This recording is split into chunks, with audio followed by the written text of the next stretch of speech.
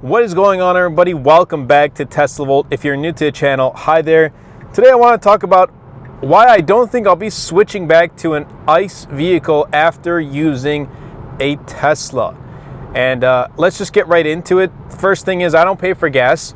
Yes, my family, we have another internal combustion engine vehicle. So yes, for that car, we do pay for gas. But for this specific vehicle, I don't need to pay for gas. And on top of that, I don't need to pay for charging because where I live, I get complimentary charging. Now, I know those who have a Tesla that pay for charging, they pay their electricity bills, and it adds up a little bit, but it's not to a point where they're paying the same amount as they would if they had a gas vehicle. For me, I don't need to worry about my charging because it's complimentary. It doesn't affect my electricity bill whatsoever, so I'm very thankful for that. And obviously, when I'm out here locally, as you see right now, or if I'm out on long road trips, I don't need to worry about stopping in a gas station to pay for gas. Now, one may argue, well, you don't need to, pay for gas, but if you're on a road trip, you have to stop at a supercharger and wait like half an hour, whatever it is. Well, here's the thing. I'm usually stopping at least once anyway, on my road trips I've taken so far, at least once to get a break, to use the restroom, to, have a bite to eat, whatever, to kind of stretch my legs. So it ends up being like 15, 20 minutes anyway. And that's about the same time I sit at a supercharger, unless, I prefer to sit more and just wait a little bit longer. And when that does happen, I get to make use of it and get some work done. So just wrapping things up in that first segment, I just don't pay for gas. And I like that. And I feel like I'm saving more by not paying my gas amount that I would pay before with my previous vehicle was around like $120-ish a month, and now I'm not paying $120 a month anymore. So I'm very happy about that. And it doesn't matter if I have a Tesla now and I switch to a regular electric vehicle in the future. It's just like I don't think I'll be going back to a nice vehicle, because then it's like, well, I got to pay for gas now too, and it adds up. And yeah, it's just something I really do appreciate. Now, another reason why I like this car and I don't think I'll, switch back is I sit in the car, put on my seatbelt, and I'm all set to go. Like, I don't need to press the start button. I don't need to do anything. I just sit in the car, I put on my seatbelt, Tesla detects whether I need to drive or go in reverse, and the car goes. And I can start up my car, heat up my car from my phone beforehand. I know other cars can do that too, but I'm just adding into this. Like, I can, heat up my car, start up my car right, before I get in. So like when I sit in the car, it's already nice and warm, or if it's in the summer, it's nice and cool. And it's smart.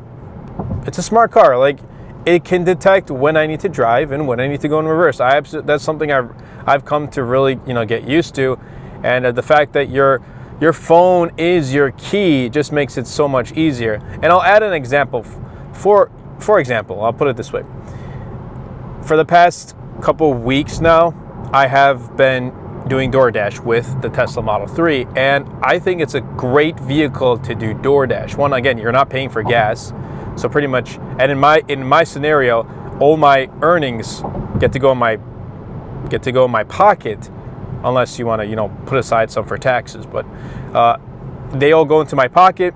I don't need to pay for gas and this and that. But for example, let's say I get an order and I step out. I get an order from McDonald's. I step out, park the car, go into McDonald's, grab my order, come back in, and put on my seatbelt, and I'm all set to go. Like, I don't need to spend an extra couple of seconds to press the start button, to go in reverse, and to shift gears and all of that stuff. And it's just like, you sit, drive, go. That's really it. And I think that's like a step towards autonomous driving and just autonomous full self-driving in general. I think that's what Tesla is trying to get at.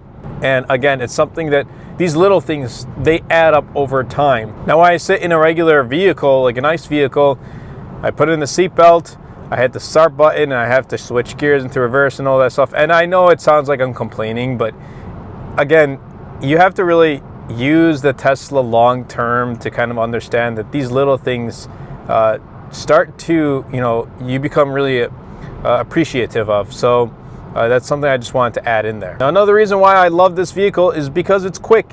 It's super quick. It accelerates real fast.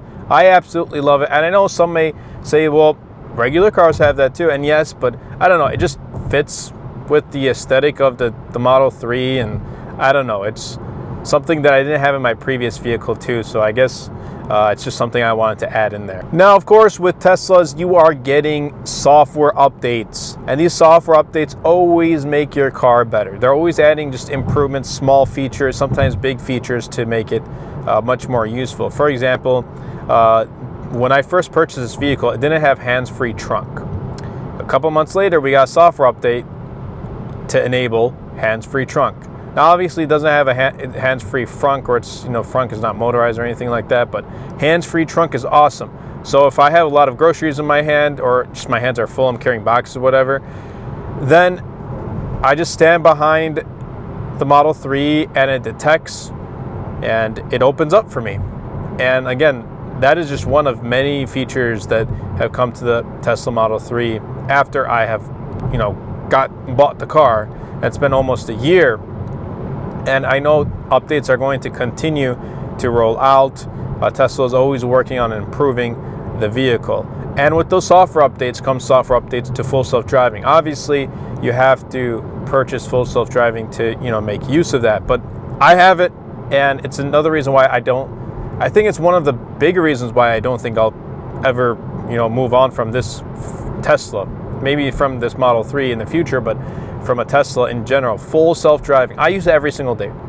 And I know right now it's supervised, and Elon had recently, during the earnings call, announced that they're going to start unsupervised in Texas, and that's very exciting. It's going to be a paid service, and in the next year, you'll be able to add your Tesla to the robo-taxi fleet, and it compares it to like Airbnb. You can add it, and whenever you want to just, remove your car, you can remove your car, and you're all set to go. So it's, again, like, it's getting there, and you really have to experience full self-driving. When I first got it, I was very scared. I would, I'd intervene a lot because I don't know if the car is actually going to, make its way to the destination without any problems whatsoever. But right now, with full self-driving version 13, I think I have 13.2.2, it has been almost, like, literally flawless. I haven't needed to intervene at all when the car is enabled in full self-driving. Now, there are obviously improvements that Tesla is going to make, hopefully. One is, when the weather is bad, for example, like, let's say you have an autonomous vehicle, full self-driving, or like when the robo-taxi comes out, what's going to happen when the weather is bad and those cameras are, getting all watery because of the rain or because of the snow? Like, you lose visibility. Obviously, they'll probably figure out a way and put like washer fluid things in the cameras to clean them up, to clean the visibility. But I wish that was like present on all these vehicles right now. The new Model Y has a front-facing camera with the same, like, you can clean the front camera with just a push of a button. So it's really nice. I wish this Model 3 had it, but it doesn't. So like in good weather, I can use full self-driving, but not so great weather, you can't. And right now, since it's still supervised, you still want to have your eyes on the road, hands on the wheel, just in case. But again, you have to truly experience full self-driving to understand how great it truly is, how much you will appreciate it. And I don't think, that's one of the biggest reasons why I don't think I'll be switching from a Tesla back to a regular vehicle. And even other, electric vehicles, they're great. I love other electric vehicles like the Lucids. I love the Lucids. I love the Rivians, the Hyundai Ioniq 5, great car. They're coming out with like an Ioniq 9, I think. The Kia EV9 is awesome, like the SUV. And there are other great vehicles. ID Buzz, I like it. It doesn't get the greatest range, and it's a controversial car, but I like it. I like the ID Buzz. But none of these cars have full self-driving. Tesla does. And it works very well. So that's one of the biggest reasons, again, why I don't think I'll be switching. Now, there is one main complaint with this specific model that I have that Tesla fixed with the Model Y. And I say fixed for a reason, because a lot of people are on the same boat. And I've gotten used to this, but I don't prefer it.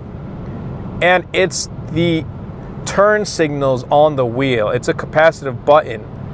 But lately, my capacitive buttons have been getting stuck. So I'm trying to like hit the left turn signal, and it won't show it on camera, obviously, but usually it's always off camera. It doesn't work.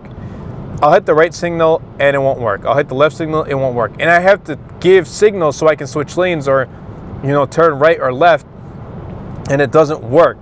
So that's one of the big complaints. And, Tesla kept the turn signal stock with the Model Y. And I know you can get third-party accessories with the Model 3, and I think I might do that sometime in the future. We'll see. But for now, it's just one of the biggest complaints I have, really, with the Model 3. Every other thing about this car has been awesome. The range has been great. No range anxiety whatsoever going on long road trips, short road trips, whatever it is. Absolutely love this vehicle. Now, I'm not making this video to say that ICE vehicles are bad or anything like that. Don't get me wrong. This is just what I've experienced after using this vehicle. And like I said, my family, we have a nice vehicle, and we use that, and I love that car too. It's a great car. But, as my personal preference of a car, I'll be sticking to Tesla. Let me know your thoughts down in the comments below. If you want to check out my, referral link, again, that's in the link down below. And new Model Y is coming out very soon. If you want to see some content on that, again, let me know. Thoughts, ideas, anything Tesla related, just, share that with me. And even if I don't get to, it's green, why aren't you turning? Even if I don't get to reply to every single comment, I do read them all. So thank you all so much for watching, for supporting the channel. It really does mean a lot. That's been it for me. I'll catch you guys in the next video.